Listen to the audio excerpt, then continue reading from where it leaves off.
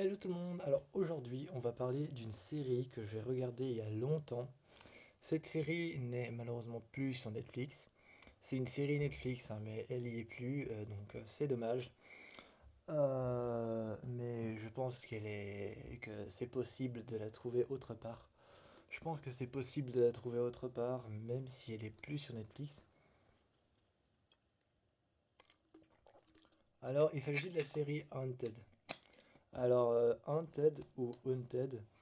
euh, Je parle évidemment pas de la série de Mike Flanagan. Je parle évidemment pas de la série de Mike Flanagan, euh, Haunting of Hill House, parce que Haunting of Hill House, beaucoup de personnes ont raccourci le nom et l'ont appelé Haunted. Donc là, je parle de Haunted, l'irréel et l'incroyable témoignage. Alors, la série L'irréel et l'incroyable témoignage de son vrai nom, ou Haunted, de son deuxième nom. Euh, c'est une série jouant avec la psychologie horrifique et jouant avec notre vision des choses. Cette série ne fonctionne pas comme une série réelle où on va suivre une intrigue, un épisode pilote, un début, une fin, un milieu, une explication.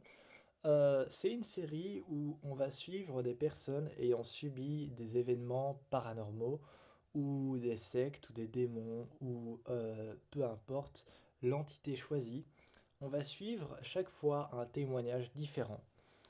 La personne vient s'installer dans un grand fauteuil, donc on est dans une pièce, on ne connaît pas l'entité de la maison non plus, on ne connaît pas la maison physiquement, mais physiquement à l'intérieur on la connaît. Plusieurs personnes sont autour, un peu comme une réunion d'alcooliques anonymes ou euh, une réunion dans ce genre-là. Et plusieurs personnes sont en cercle, assis sur des chaises dépliables. Donc assis sur des chaises pliables, plusieurs personnes sont en cercle et sont en train d'écouter la personne qui vient s'asseoir dans un grand fauteuil type assez ancien. Cette personne vient s'asseoir et va raconter son témoignage de ce qu'elle a vécu. Ça peut varier. Un jour, ça peut être le premier témoignage peut être. C'est d'ailleurs une série qui n'a pas d'épisode pilote. Ça se comprend. C'est une série jouant sur la psychologie horrifique, sur l'oppression et l'incertitude, le fait de ne pas comprendre ou de comprendre ce qu'on voit. Euh, donc elle n'a pas d'épisode pilote. Elle en a évidemment un qui commence comme les autres épisodes commencent, mais où on commence avec ce fantôme, comment est-ce qu'il est mort et pourquoi est-ce qu'il a été hanté cette personne. Il y a toujours une explication au début, évidemment, comment le fantôme est mort, ça s'est montré. Enfin, comment cette personne est morte, si c'était une personne avant.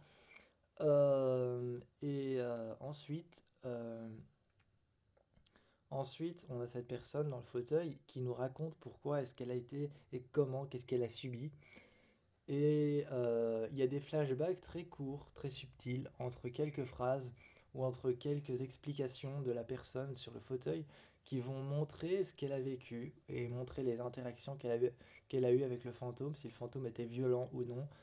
Et il y a un dernier flashback, celui qui va clôturer l'épisode, qui va nous montrer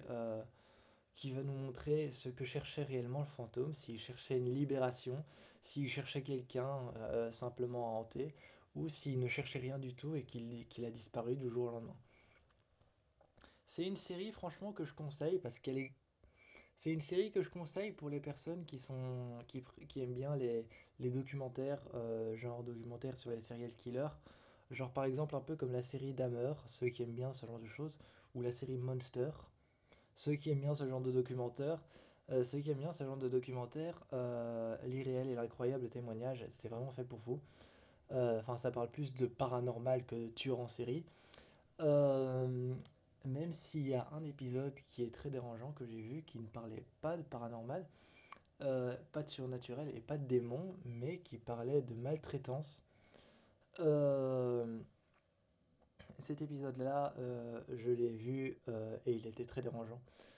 Euh, Donc vraiment, pour ceux qui veulent voir la série Haunted, ou l'irréel et l'incroyable témoignage, Cette série est vraiment faite pour vous. Je peux pas en dire plus, je peux pas libérer plus sur la série, mais vous allez voir que c'est une série qui va vous plonger dans la confusion, la frustration, et vous allez adorer cette série parce qu'elle vous plonge dans la frustration, l'inconnu et surtout dans un aspect totalement flou de ce que vous voyez.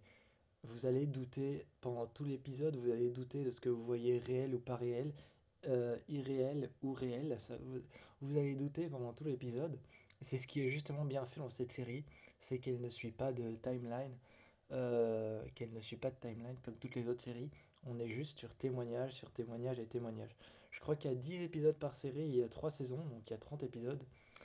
Et il y a un épisode qui m'a énormément fait peur, que je recommande, je sais plus quel épisode c'est, je crois que c'est dans la saison 2, euh, où on suit deux femmes qui travaillent dans une maison de retraite et il y a une vieille dame qui était toujours couchée dans son lit et dans sa chambre il y a des événements paranormaux et surnaturels qui se passaient et chaque fois qu'il y avait un pensionnaire qui arrivait dans la maison de retraite et que ce pensionnaire était installé à côté d'elle, dans une chambre vide à côté d'elle, ce pensionnaire mourrait juste après. Cet épisode était énormément dérangeant. Donc pour ceux qui veulent le voir, il était vraiment très dérangeant. Ou pour ceux qui préfèrent quelque chose qui ressemble un peu à cet épisode, je vous propose La Mala Sensea qui est un peu dans le même genre. Ou qui est un film d'horreur espagnol en fait, hein, qui s'appelle Mala Sensea 32. C'est un peu dans le même genre, dans le genre disparition avec une vieille dame à la fenêtre. Ou alors le film Abuela, qui est exactement dans le même genre par les créateurs de Rec. Et il y en a un autre film espagnol, je ne connais plus son nom, mais qui est aussi dans le même genre. Pour ceux qui veulent savoir un peu dans quelle direction cet épisode se situe, c'est dans le genre Abuela, La Mala Sensea 32, et un autre film d'horreur espagnol, mais je me souviens plus de son nom, et pourtant il était génial. Moi je vous fais plein de bisous, et je vous encourage vraiment à aller voir cette série. Vous allez voir à quel point elle est perturbante, et à quel point elle est extrêmement bien faite.